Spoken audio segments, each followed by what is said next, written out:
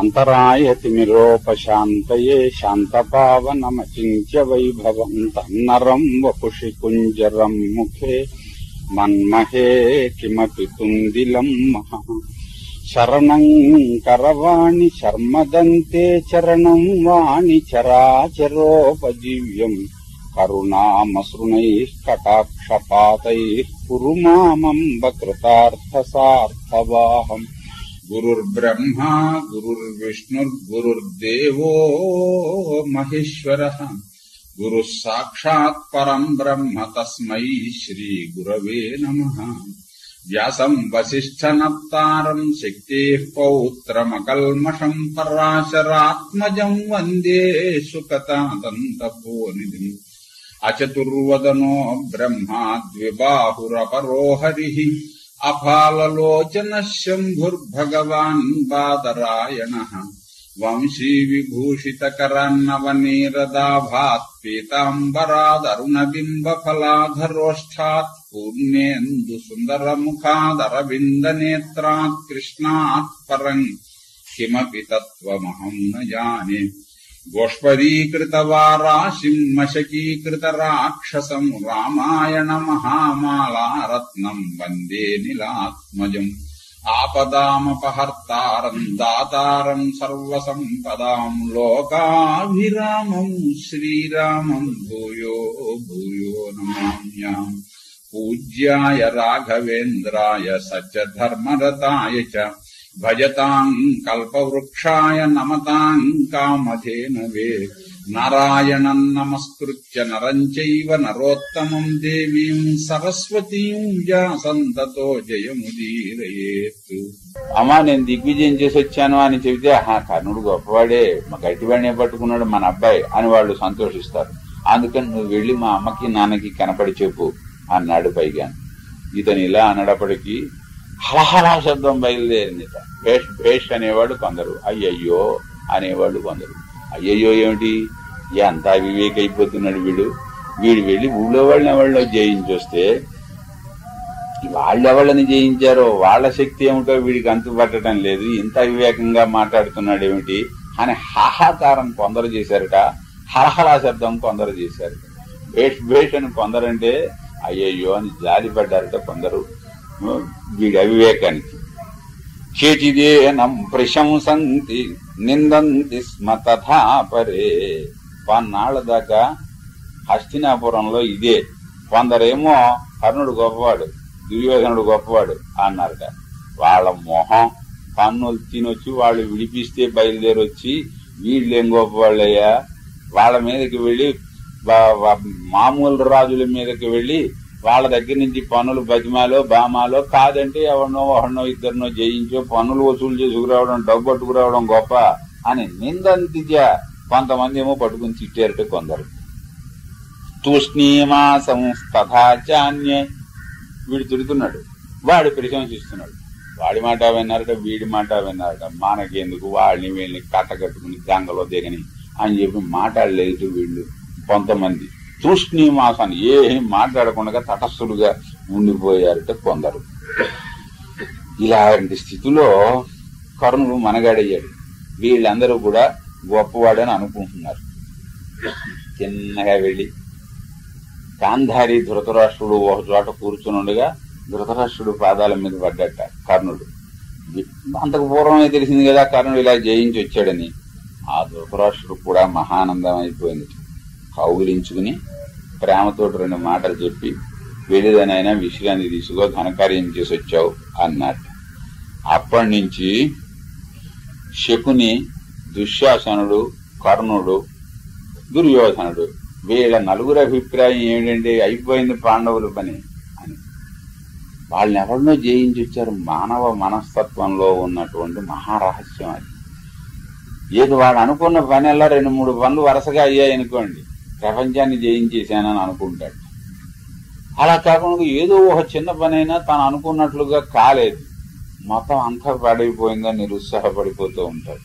వీళ్ళని ఎవరిలోనో జయించి రావడం ఏమిటి, పాండవుల్ని మనం జయించేసేసామని వీళ్ళు అనుకోవడం ఏమిటి. అందుకు దీన్ని తేజోవర్ధనము అని అంటాం. అంటే ఒక మనిషిలో ఉత్సాహం పెరగడం, అందుకోసమనే కర్ణుడు ఈ పని చేశాడు కూడా. దుర్యోధనుడు పక్కన నిరుత్సాహపడిపోయి ఉన్నాడు, వాడికి ఏదో ఉత్సాహం కలిగించే పని చేయాలి. అందుకోసం ఎవరినో నలుగురిని జయించుకుని వస్తే మనము ఘనకార్యం చేశాం అనే అభిప్రాయం కలుగుతుంది. దాంతో ఏమిటంటే అజ్ఞానం పొర మీద పొర ఎలా పడిపోతుందంటే, పాండవుల్ని జయించామనుకున్నారుకేమిటి, ఎవరినో వీడు దిగ్విజయం చేసి కొంతమందిని జయించి కర్ణుడు వస్తే వీళ్ళందరూ కూడా జానతే నిర్జితాన్ పార్థాన్ కర్ణేన యుధి భారత, కర్ణుడు పాండవుల్ని జయించేసాడు అనుకుంటున్నట్టు వీళ్ళందరూ. అంటే అంత అవలేలగా వీళ్ళందరినీ జయించినట్టుగానే వాళ్ళను కూడా జయించగలడు అని మిగిలిన వాళ్ళందరూ కూడా విశ్వసిస్తున్నారు. అది మనస్సులో ఉండేటటువంటి చమత్కారం. సరే అయినదండి. అయిన తర్వాత ఇంకా ఇంకా ఉత్సాహం కలిగించాలి తనకి. మరి దిగ్విజయం కూడా చేసేసాం కదా, పాండవరాజ్యం అంతా నీదైంది, దిగ్విజయం చేసి తీసుకొచ్చాం, ఇక నీ ఇష్టం వచ్చినట్టు ఏలుకోవయా, దేవేంద్రుడు త్రిలోక సామ్రాజ్యాన్ని ఏలినట్టు నిన్నెవడం చేయగలడు అన్నట్ట కర్ణుడు. అంటే పాపం దుర్యోధనుడికి ఒక మూల ఉంది కోరిక, ఇదే అవకాశం మనం బయట పెట్టాము అని అనుకున్నాక. పాండవులు దిగ్విజయం చేశారు, తర్వాత ఏం చేశారు, రాజసూయాగం చేశారు. మనము దిగ్విజయం చేశాం, మనం కూడా చేయొద్దు మరి అన్నట్ట దుర్యోధనుడు. దిగ్విజయం చేసిన దానికి ఫలం ఏమిటి, తర్వాత రాజసూయాగం చేస్తే కదా సహాయులున్నారు, నీ వంటి తోడు నాకు ఉంది, నా మీద నీకు ఎంతో ప్రేమ ఉన్నది, ఇటు స్థితిలో నా కోసం ఎటువంటి పని చేయడానికైనా నువ్వు సిద్ధంగా ఉన్నావు. నా మనస్సులో ఒక్కటి ముగిలిపోయిందో, వాళ్ళు మనకంటే కనిపించిన వాళ్ళు, అది రుజువైపోయిన విషయం కదా. వాళ్లే రాజసూయాగం చేశారు, వాళ్ళ రాజసూయాగం చేసినప్పటి నుంచి నాకు కూడా రాజసూయాగం చేయాలనుంది. అది కూడా నీ చేతుల మీదుగా చేయించావంటే మమ స్పృహ సముత్పన్న తాం సంపాదయ సోదయ, ఆ కోరిక కూడా తీర్చిపెట్టు కర్ణ అన్నట్ట దుర్యోధనుడు. దానికి ఏముంది, రాజసూయాగం చేద్దాం అనుకుంటే చేయొచ్చు, మనం దేశాన్ని జయించేసేసాం కదా. వశ్య సర్వే, పాండవులు అందరినీ జయించి వశం చేసుకున్న తర్వాత రాజసూయాగం చేశారు, నీకు అందరు కూడా వసూలైపోయారు కనుక చెయ్యి, ఆ ముందర బ్రాహ్మణులకు కబురు పెట్టు అన్నట్టు. ఆహుయంతాం ద్విజవరాహ, అసలు రాజసూయాగం ఏం చేయాలో దానికి కావాల్సిన సామగ్రి ఏమిటో వాళ్ళకందరికీ కబురు పెట్టు, ముందర సంభారాశ్చ, సరుకులన్నీ కూడా తెప్పించేసేస్తే సరి, యజ్ఞ సాధనాలు మొదలైనవన్నీ కూడాను యథాశాస్త్రం, మనకేం లోపం ఉండాల్సిన పనేం లేదు, యథావిధిగా చేద్దాం, అంతకంటే వైభవంగా చేద్దాం, కావలసినంత అన్నదానం చేద్దాం. ఈ మహాయజ్ఞం మన కష్టమే ఉంది చేయడానికి అన్నాడప్పటికీ సరే బాగా ఉత్సాహం వచ్చింది దీని గారికి. వెంటనే పురోహితుల వారికి కబురు పెట్టారు. కబురు పెట్టి, అయ్యా యజ్ఞాల్లో కల్లా గొప్పది క్రతుశ్రేష్టం రాజసూయాగం కదా,